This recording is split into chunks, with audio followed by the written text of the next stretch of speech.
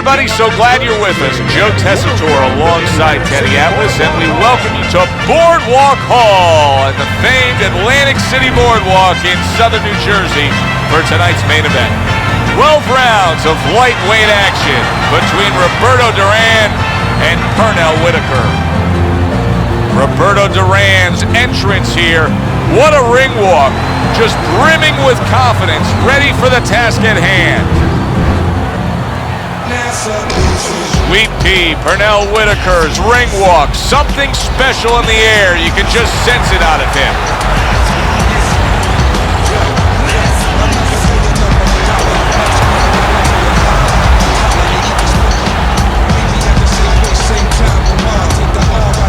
Introducing first, fighting out of the blue corner, the hands in stone, Roberto Duran.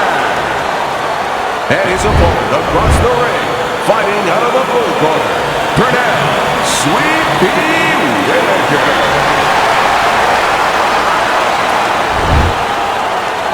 All right, fellas, let's have a good, clean fight. Touch him up and let's go. And we are underway for this scheduled 12-rounder. We expect a high work rate among these two fighters. Now, do you want to see that same work rate throughout the whole fight? Or is that your expectation? I'd love to, because we'd be having a good time and our fans, they're going to enjoy it.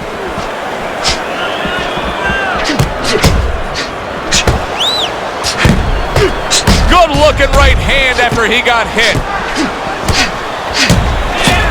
That's what Sweet Pea does best. Good counter punch. Not able to connect with the uppercut.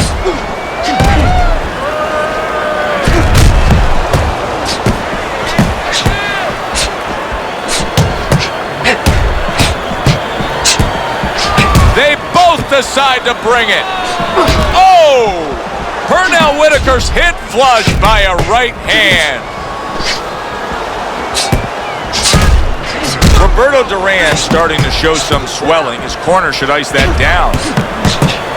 Roberto Duran's now at a point in this fight where his defense is going to become crucial. He has to protect that eye. The swollen eye is getting worse. Yeah, he does. He has to be cognizant of everything. He needs anything out there that he can use for an advantage right now.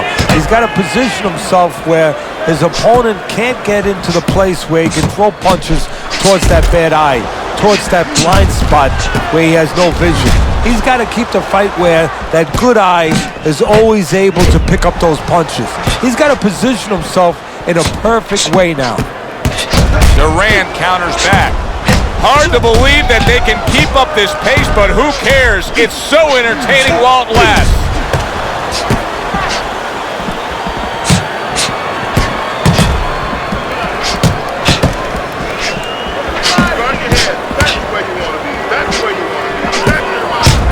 Oh, he took some damage, but he gave some back with the right hand.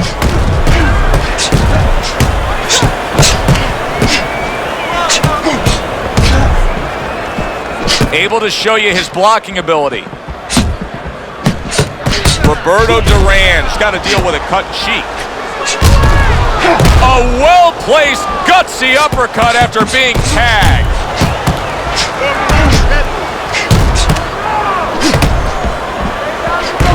Able to dismiss his opponent's shot and then comes back with an uppercut. Pernell Whitaker's movement helped out there. He avoided that punch. Turned that hook over, but couldn't turn it into a connect. Comes right back with some offense of his own. Frustrating his opponent with great defense. Listen to me. The best defense is to throw punches. You need to throw more punches. That's what's right. You have to start throwing balls in the game. Throwing balls.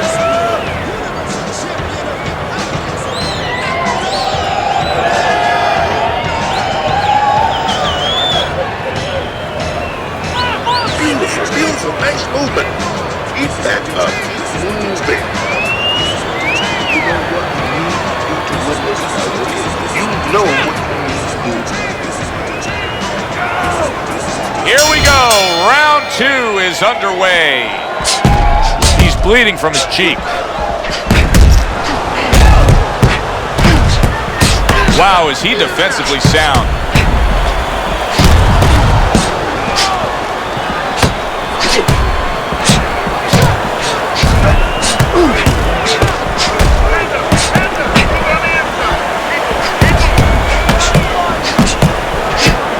Pernell Whitaker shoving his opponent there.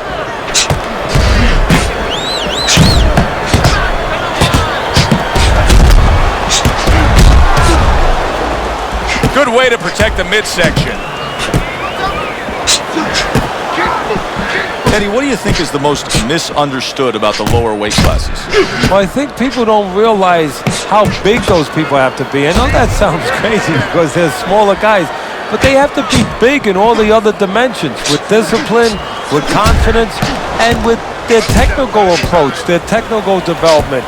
They have to deal with guys that are really fast. The bigger guys don't have to deal with all those elements. Staying away from those headshots with his defense up top. Counterpunch lands from Pernell. How is he taking these kind of shots and just dismissing them? What a chin on this guy. Yeah, well, what a neck on him. Look at that neck. I mean, it's about 19 inches. That is the shock absorber. But the rest of it is he's seeing it. He has good vision. He sees the shots coming, and he's making up his mind they're not taking him anywhere. That's exactly what he wanted to do, backing him up against the ropes.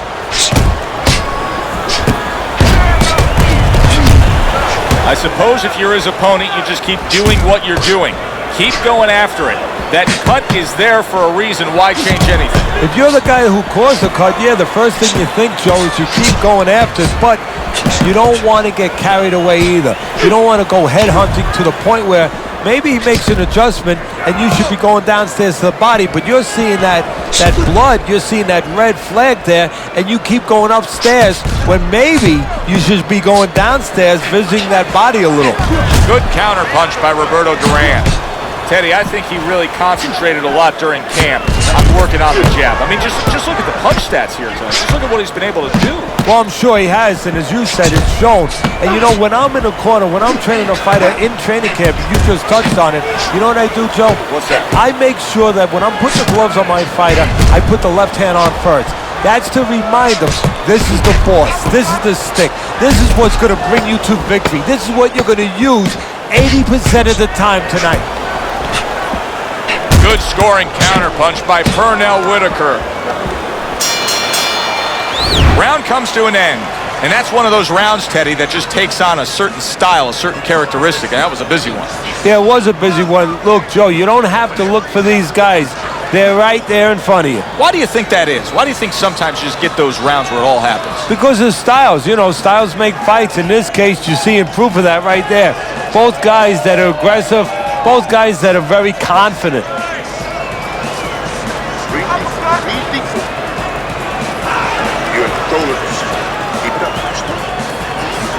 Get on that. And round number 3 is underway. Pernell Whitaker's got a way of just getting away from that punch.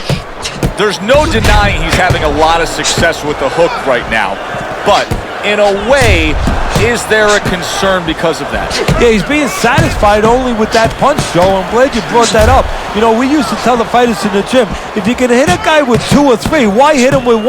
Right now, he's being satisfied just to hit him with that 1 hook. What should he be adding to it? Put the right hand with it. Left hook, right hand, or even double up the left hook.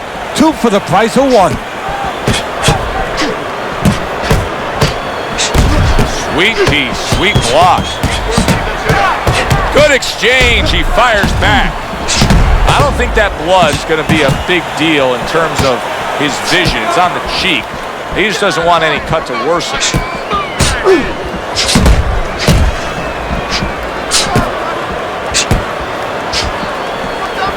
Oh, and he's got something for him himself, and it's a left hand.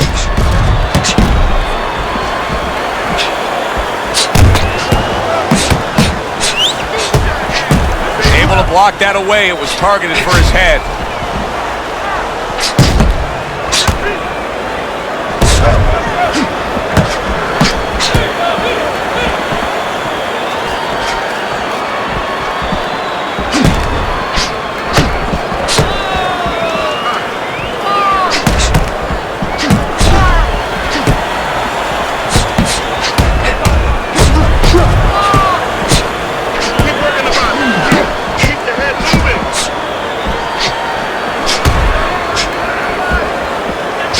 Sweet tea, sweet block. Accurate counter punch by Pernell Whitaker.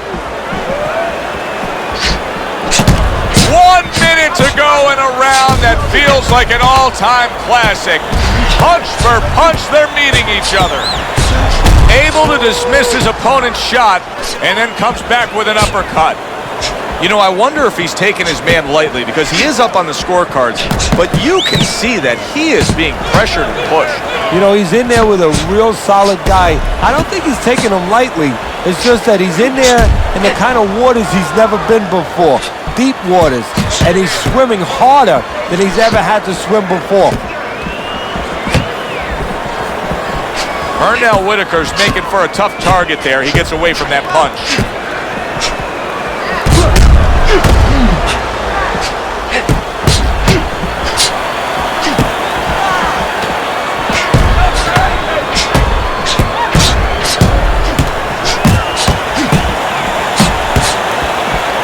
Great movement to get away from those punches. We come to the end of the round. A round that I'm having a tough time trying to think about who won. I can only imagine what the judges are thinking about. Teddy, if there's one thing you look for in a round like that and say, okay, I'm going to give it to this guy over this guy, what is it? Well, the first thing is, if I'm a judge, I take a little notepad and I make a little mark down blue or red corner what he did early. Because sometimes a judge has a tendency to forget what was done early and only go with what went late. Don't let it be this way. I want you to take that brain deal. You can't do anything when you're close to it. You can't do anything when you're close to it. Here we go with the fourth round. Obviously, defense becomes so important for him now. That cut around the eye could stop this fight at any point. What should he be trying to do here defensively, Teddy? Well, obviously, it's got to be one of two things. You're either going to be moving your head or you're going to be using those legs right now. Firing off the uppercuts. Great exchange. Good combination punching out of him here. Yeah, exactly. It's kind of like a musical, except right now, I don't think his opponent likes the tone of it. Well-placed counter punch by Pernell Whitaker.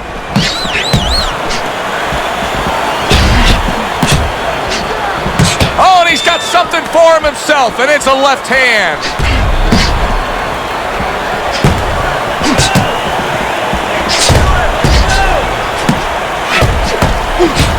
Well-struck, solid combination by Pernell Whitaker. Goes up top again.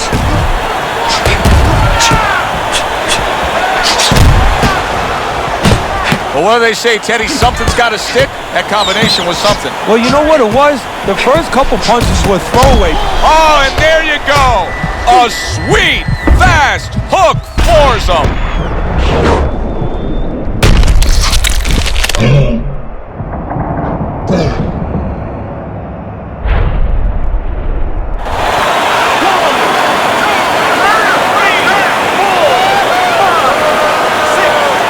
Somehow, some way, he's going to continue on here.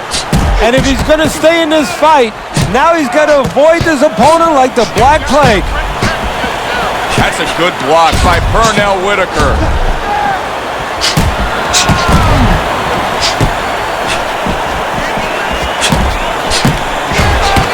Pernell Whitaker's proving to be... Oh, Roberto Duran's been stunned. Well, that's the classic wet noodle foundation right there. He's on wobbly legs. Yeah, and it's not al dente. It's really, really wet noodles. And he goes down again. Will he get up from this?